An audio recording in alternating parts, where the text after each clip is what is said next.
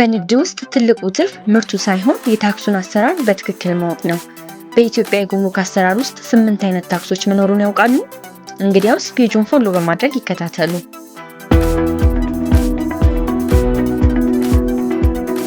የመጀመሪያው ዲዩቲ ወይንም ቀረጥ። እቃ ከውጭ ሀገር ኢምፖርት ተደርጎ የኢትዮጵያን ድንበር አቋርጦ ስለገባ የሚከፈል የእቃ ቀረጥ ሲሆን እንደየእቃው አይነት ከ5% እስከ 35% ድረስ ቀረጥ ይመደብበታል። ሁለተኛ ኤክሳይዝ ታክስ። የቅንጦት እቃዎች ላይ ወይንም ወደ ሀገር ውስጥ እንዲገቡ የማይበረታቱ እቃዎች ላይ የሚጣል የታክስ አይነት ነው።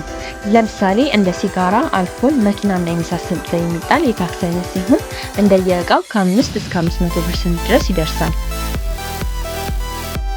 ሶስተኛ ሱር ታክስ ወይንም የጥበቃ ታክስ በመባል ይታወቃል።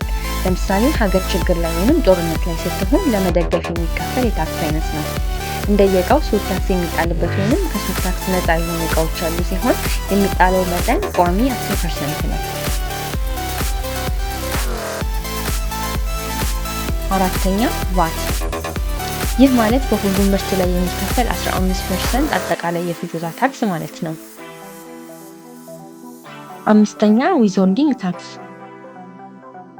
ይህ በቅድሚያ የሚከፈል የገቢ ታክስ ሲሆን አጠቃላይ የገቢ ታክስ ላይ የሚወራረድ 3% ታክስ ነው። ስድስተኛ ሶሻል ዌልፌር። ይህ ለማህበራዊ ፕሮግራሞች የሚቆረጥ ታክስ ሲሆን ጥቅሙ ለማህበረሰብ ልማትና እድገት የሚውል የታክስ አይነት ሲሆን የሚቆረጠው መጠንም ቋሚ 3% ነው። ሰባተኛ ስካኒንግ ፊ። ይህ በጉምሩክ መግቢያ በር ላይ እቃ ወይንም ኮንቴነሮች ሲፈተሹ የሚከፈል የፍተሻ የአገልግሎት ክፍያ ነው። ፐርሰንቱም 0.07% ይቆረጥበታል። ስምንተኛ ቫት ኦፍ ስካኒንግ ፊ ሲሆን ከስካኒንግ ፊ ላይ የሚቆረጥ 15% ቫት ነው። በተጨማሪ የጉምሩክ ዋጋ አሰጣጥና የታክስና የቀረጥ ስሌት ለማወቅ ቻናሉን ፎሎ በማድረግ ይከታተሉ።